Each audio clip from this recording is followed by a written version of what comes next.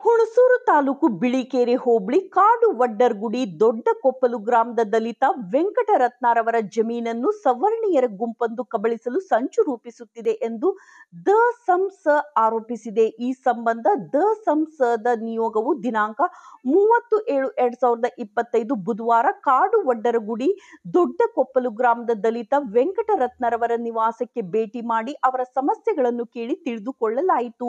ಈ ಸಂದರ್ಭದಲ್ಲಿ ದ ಸಂಸ ಜಿಲ್ಲಾ ಸಂಚಾಲಕರಾದ ನಿಂಗರಾಜ್ ಮಲ್ಲಾಡಿ ಅವರು ಮಾತನಾಡಿ, ಎಚ್.ಡಿ. ಕೋಟೆ ತಾಲೂಕು ಕಸ್ಬಾ ಹೋಬಳಿ ಪಡುಕೋಟೆ ಕಾವಲ್ ಸರ್ವೆ ನಂಬರ್ 1ರಲ್ಲಿ 1/10 ಗುಂಟೆ ವಿಸ್ತೀರ್ಣದ ಜಮೀನನ್ನು ಕಳೆದ 15 ವರ್ಷಗಳಿಂದಲೂ ಉಳುಮೆ ಮಾಡಿಕೊಂಡು ಸಾಗುವಳಿಗಾಗಿ ಫಾರ್ಮ್ ನಂಬರ್ 53ರಲ್ಲಿ ಅರ್ಜಿ ಸಲ್ಲಿಸಿ ಸಾಗುವಳಿ ಮಂಜೂರಾಗುವ ಹಂತದಲ್ಲಿ ಇದ್ದು, ಸದರಿ ಜಮೀನಿನಲ್ಲಿ ಅನಾರೋಗ್ಯ ಪೀಡಿತಳಾದ ಪತ್ನಿ ಲಕ್ಷ್ಮಮ್ಮರವರೊಂದಿಗೆ ವೆಂಕಟರತ್ನಾರವರು ಮನೆ ಕಟ್ಟಿಕೊಂಡು ವಾಸವಾಗಿರುತ್ತಾರೆ.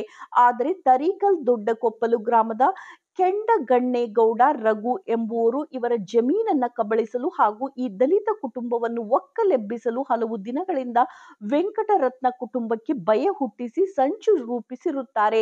ಈ ವಿಷಯವು ದ ಸಂಸ ಗಮನಕ್ಕೆ ಬಂದು ಕಂದಾಯ ಇಲಾಖೆ, ಪೊಲೀಸ್ ಇಲಾಖೆಗೆ ದಲಿತ ವೆಂಕಟರತ್ನ ಕುಟುಂಬಕ್ಕೆ ರಕ್ಷಣೆ ನೀಡುವಂತೆ ಹಾಗೂ ಇವರಿಗೆ ತೊಂದರೆ ಕೊಡುತ್ತಿರುವವರ ಮೇಲೆ ಕಾನೂನು ಕ್ರಮ ಕೈಗೊಳ್ಳುವಂತೆ ದೂರು ಸಲ್ಲಿಸಲಾಗಿದೆ.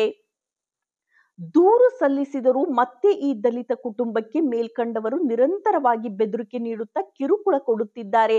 ಈ ಬಗ್ಗೆ ಪೊಲೀಸ್ ಅಧಿಕಾರಿಗಳು ಸೂಕ್ತ ಕ್ರಮ ಕೈಗೊಳ್ಳಬೇಕು, ನೊಂದ ದಲಿತ ವೆಂಕಟರತ್ನನ ಕುಟುಂಬಕ್ಕೆ ರಕ್ಷಣೆ ಒದಗಿಸಬೇಕು ಎಂದು ಒತ್ತಾಯಿಸಿದರು. ಈ ಸಂದರ್ಭದಲ್ಲಿ ದಲಿತ ಹಿರಿಯ ಮುಖಂಡ ಬಸವಲಿಂಗಯ್ಯ, ದ ಸಂಸದ ದೇವೇಂದ್ರ ಕುಳುವಾಡಿ, ನಿವೃತ್ತ ಪ್ರಿನ್ಸಿಪಾಲ್ ವೆಂಕಟೇಶಯ್ಯ, ದೊಡ್ಡಕೊಪ್ಪಲು ಗ್ರಾಮದ LIC ಸ್ವಾಮಿ, ಬಸಪ್ಪನ ಸ್ವಾಮಿ, ತ್ಯಾಗರಾಜು, ರಾಮೇಗೌಡ ಮುಂತಾದವರು ಹಾಜರಿದ್ದರು.